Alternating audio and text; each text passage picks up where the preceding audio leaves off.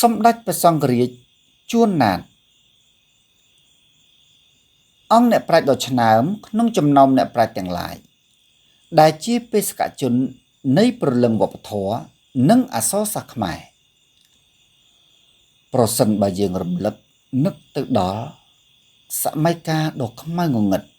នៃអក្សរសាស្ត្រជាតិក្នុងយុគសម័យអាណានិគមដែលបានដាក់នឹមត្រួតត្រាមកលើទឹកដីសុវណ្ណភូមិនៃយើងនាខណៈនោះក៏មានការលេចរូបរាងឡើងនៅតួអង្គប្រវត្តិសាស្ត្រដ៏ឧត្តមឧត្តមមួយព្រះអង្គដែលបានបូជាព្រះកាយក្នុងបេសកកម្មស្រោចស្រង់ព្រលឹងជាតិតាមរយៈអក្សរសាស្ត្រព្រះអង្គបានបន្សល់ទុកនៅបណ្ដាំដ៏មុតស្រួចដាស់តឿនកុលបុត្រកុលធីតាខ្មែរគ្រប់ជំនាន់ថាបើអក្សររលត់ជាតិរលាយ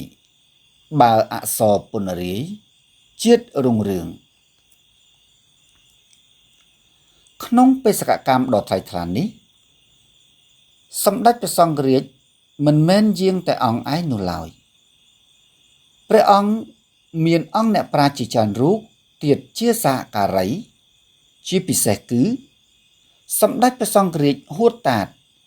ដែលជាមិត្តរួមបេសកកម្មយ៉ាងជិតស្និទ្ធរួមនឹងអង្គអ្នកប្រាជ្ញដទៃទៀតដូចជាព្រះគ្រូធម្មវិជ្ជាឈឹមស៊ុំ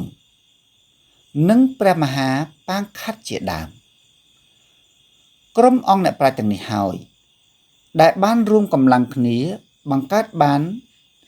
ជាខែលដ៏រឹងមាំការពារអក្សរសាស្ត្រខ្មែរមិនឲ្យរលាយបាត់បង់ទៅតាមឥទ្ធិពលនៃអាណានិគមនិយមឡើយសម្ដេចព្រះសង្ឃរាជជួនណាតព្រះអង្គប្រសូតនៅថ្ងៃទី11ខែមីនាឆ្នាំ1883នៅភូមិកំពង់សំណាញ់ខេត្តកណ្ដាលព្រះអង្គជាបុគ្គលដែលមានវីរយភាពខ្ពស់បំផុតក្រៅពីចំណេះដឹងផ្នែកព្រះធម៌វិន័យនិងអក្សរសាស្ត្រជាតិព្រះអង្គក៏ស្ទាត់ជំនាញភាសាបរទេសជាច្រើនដូចជា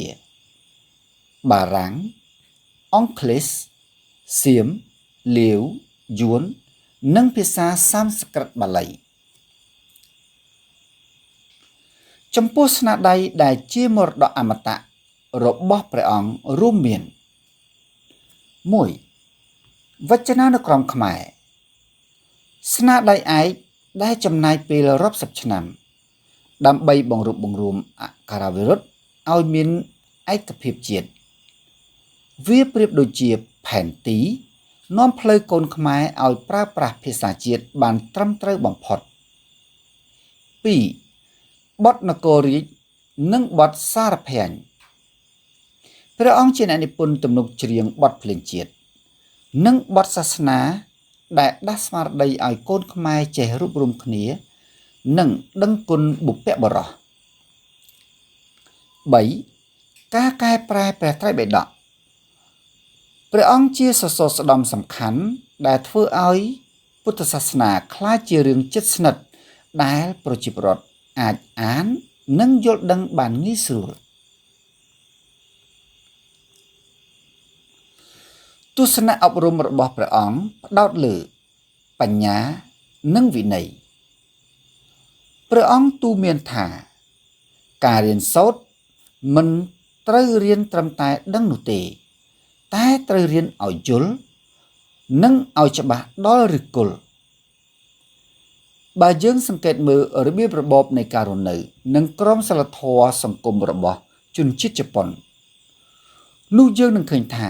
វាមានភាពស្រដៀងគ្នាយ៉ាងខ្លាំងទៅនឹងគំនិតព្រានប្រដៅរបស់ព្រះអង្គទាំងការប្រើប្រាស់ពេលវេលានិងមោទនភាពជាតិព្រះអង្គស្អប់ខ្ពើមភាពខ្ជិលច្រអូសដោយពាក្យស្លោកដែលពោលឡើងថាពេលត្រូវដើរបែរជាដេកខ្ជិលហួសពេកនាំឲ្យល្ងងសរុបជារួមមកទោះបីនៅក្នុងសម័យកាល Digital ដែលយើងអាចប្រើប្រាស់ប្រព័ន្ធ AI ដូចជា Gemini ដើម្បីស្រាវជ្រាវក៏ដោយ ក៏ចំណេះដឹងដែលទទួលបានត្រូវការដកខាត់និងពិចារណាឲ្យបានគ្រប់ជ្រុងជ្រោយបំផុតមុននឹងយកមកប្រើប្រាស់សង្ឃឹមថាវីដេអូនេះនឹងក្លាយជាគន្លឹះមួយក្នុងការដាស់ស្មារតី